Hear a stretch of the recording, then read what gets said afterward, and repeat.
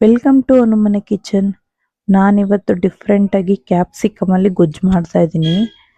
ನಾನು ಇದನ್ನ ಮಾಡೋದಕ್ಕೆ ಇಲ್ಲಿ 1 ಸ್ಪೂನ್ ಧನಿಯಾ ತಗೊಂಡಿದ್ದೀನಿ, ಮತ್ತು ಅರ್ಧ ಸ್ಪೂನು ಜೀರಿಗೆ ತಗೊಂಡಿದ್ದೀನಿ, 1-2 ಸ್ಪೂನು ಕಡಲೆ ಬೀಜ, 1 ಸ್ಪೂನು ಕಡಲೆಬೇಳೆ, 1 ಸ್ಪೂನು ಉದ್ದಿನಬೇಳೆ, ಖಾರಕ್ಕೆ ತಕ್ಕನಾಗಿ ಒಂದು 6-7 ಒಣಮೆಣಸಿಕಾಯಿ, ಸ್ವಲ್ಪ ಕರಿಬೇವು, ಇಷ್ಟನ್ನು ತಗೊಂಡಿದ್ದೀನಿ. ಇಷ್ಟನ್ನ ಕಲರ್ ಚೇಂಜ್ ಆಗೋವರೆಗೂ ಫ್ರೈ ಮಾಡ್ಕೋಬೇಕಾಗತ್ತೆ.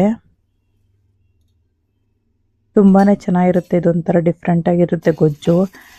ಇದನ್ನು ಕ್ಲೀನಾಗಿ ಕಲರ್ ಚೇಂಜ್ ಆಗೋವರೆಗೂ ಫ್ರೈ ಮಾಡಿಕೊಂಡು ಆರದ್ಮೇಲೆ ರುಬ್ಕೊಂಡು ಇಟ್ಕೋಬೇಕಾಗತ್ತೆ. ರುಬ್ಬಿಟ್ಕೊಂಡು ನೀವು ಯಾವಾಗ ಬೇಕಂದ್ರೆ ಅವಾಗ ಇದಕ್ಕೆ ಒಗ್ಗರಣೆ ಹಾಕ್ಕೊಂಡ್ರೆ ಬೇಗನೆ ಗೊಜ್ಜು ಮಾಡ್ಕೋಬೋದು ಈಸಿಯಾಗಿ.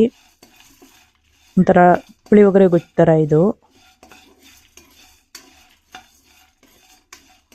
ಸ್ವಲ್ಪ ಕಲರ್ ಚೇಂಜ್ ಆಗೋವರೆಗೂ ಹುರ್ಕೋಬೇಕಾಗತ್ತೆ.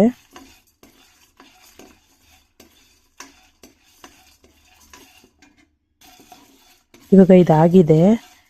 ಇದು ಆರಿದ್ಮೇಲೆ ಸ್ವಲ್ಪ ತರ್ತರಿಯಾಗಿ ರುಬ್ಕೋಬೇಕಾಗತ್ತೆ.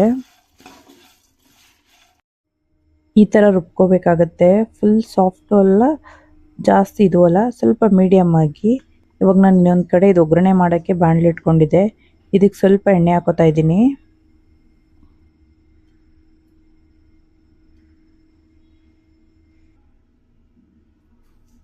ಆ ಥರ ಪೌಡ್ರನ್ನ ರೆಡಿ ಮಾಡಿ ಇಟ್ಕೊಂಡ್ರೆ ಯಾವಾಗ ಅಂದ್ರೆ ಅವಾಗ ಬೇಗನೆ ಮಾಡ್ಕೋಬೋದು. ಜಸ್ಟ್ ಕ್ಯಾಪ್ಸಿಕಮ್ ಇದ್ರೆ ಸಾಕು.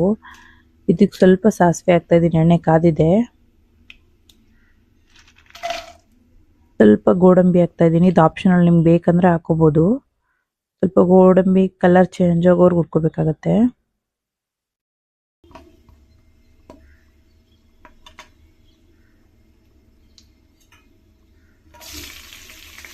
ಸ್ವಲ್ಪ ಖಾರಕ್ಕೆ ತಕ್ಕಂಗೆ ಹಸಿಮೆಣಸಿಕಾಯಿ, ಸ್ವಲ್ಪ ಈರುಳ್ಳಿ,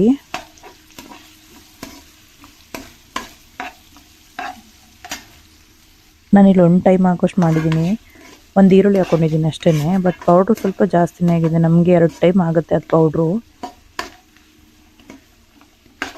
ಈರುಳ್ಳಿ ಸ್ವಲ್ಪ ಬೆಂದರೆ ಸಾಕು. ಇವಾಗ ಇದಕ್ಕೆ ಸಣ್ಣ ಸಣ್ಣಕ್ಕೆ ಈ ಥರ ಕ್ಯಾಪ್ಸಿಕಮ್ನ ಮೀಡಿಯಮ್, ಜಾಸ್ತಿ ಸಣ್ಣನೂ ಅಲ್ಲ ಜಾಸ್ತಿ ದಪ್ಪನೂ ಅಲ್ಲ, ಮೀಡಿಯಮ್ ಆಗಿ ಹಚ್ಕೊಂಡು ಹಾಕೋಬೇಕಾಗತ್ತೆ. ಕ್ಯಾಪ್ಸಿಕಮ್ ಹಾಕೋದ್ರಿಂದನೇ ಇದೊಂಥರ ಟೇಸ್ಟ್ ಇರೋದು.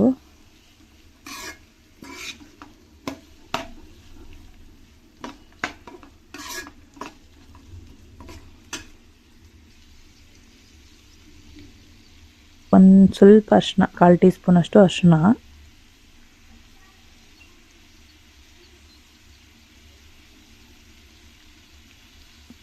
ರುಚಿಗೆ ತಕ್ಕಷ್ಟು ಉಪ್ಪು. ಸ್ವಲ್ಪ ಉಪ್ಪು ಹಾಕಿ ಬೇಯಿಸಿದ್ರೆ ಬೇಗನೆ ಬೇಯುತ್ತೆ. ಸ್ವಲ್ಪ ಕ್ಯಾಪ್ಸಿಕಮ್ ಸ್ವಲ್ಪ ಮೆತ್ತಗಾಗಬೇಕು. 1-2 ಸ್ಪೂನಷ್ಟು ಕ್ಯಾರೆಟ್ ತುರಿ ಹಾಕ್ತಾ ಇದ್ದೀನಿ. ಸ್ವಲ್ಪ ಫ್ರೈ ಮಾಡಿ ನಾನು ಆವಾಗಲೇ ರುಬ್ಬಿಟ್ಕೊಂಡಿದ್ನಲ್ಲ ಪುಡಿ, ಅದನ್ನು ಹಾಕೋತಾ ಇದ್ದೀನಿ. 2 ಸ್ಪೂನ್ ಹಾಕೋತಾ ಇದ್ದೀನಿ ಅಷ್ಟೇ. ಮಿಕ್ಕಿದ್ದೆಲ್ಲ ನಾನು ಸ್ಟೋರೇಜ್ ಮಾಡಿ ಇಟ್ಕೋತೀನಿ, ಇನ್ನೊಂದು ಟೈಮ್ಗೆ ಆಗುತ್ತೆ.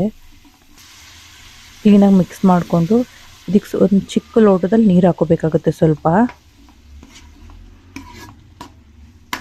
ನೀರು ಹಾಕಿ ಒಂದು 5 ಮಿನಿಟ್ಸ್ ಲಿಡ್ ಕ್ಲೋಸ್ ಮಾಡಿ ಬೇಯಿಸ್ಕೊಂಡ್ರೆ ಇದು ರೆಡಿ ಆಗುತ್ತೆ. ಸ್ವಲ್ಪ ಹಸಿ ಸ್ಮೆಲ್ ಹೋಗಿ ಮತ್ತೆ ಅದು ನೀರು ಸ್ವಲ್ಪ ಡ್ರೈ ಆದರೆ ಸಾಕು. ನೋಡಿ ಇವಾಗ ರೆಡಿಯಾಗಿದೆ ಇದು. ಲಾಸ್ಟಲ್ಲಿ ಇದಕ್ಕೆ ಸ್ವಲ್ಪ ಕೊತ್ತಂಬರಿ ಸೊಪ್ಪು ಹಾಕೊಂಡಿದ್ದೀನಿ. ಈಸಿ, ಬೇಗನೆ ಮಾಡ್ಕೊ, ಡಿಫ್ರೆಂಟಾಗಿರುತ್ತೆ ಒಂಥರ. ನೀವು ಒಂದ್ಸಲ ಮನೇಲಿ ಟ್ರೈ ಮಾಡಿ. ಈ ವಿಡಿಯೋ ಇಷ್ಟ ಆಗಿರೋ ಒಂದು ಲೈಕ್ ಮಾಡಿ, ಶೇರ್ ಮಾಡಿ, ಸಬ್ಸ್ಕ್ರೈಬ್ ಮಾಡಿ. Thank you for watching this video friends.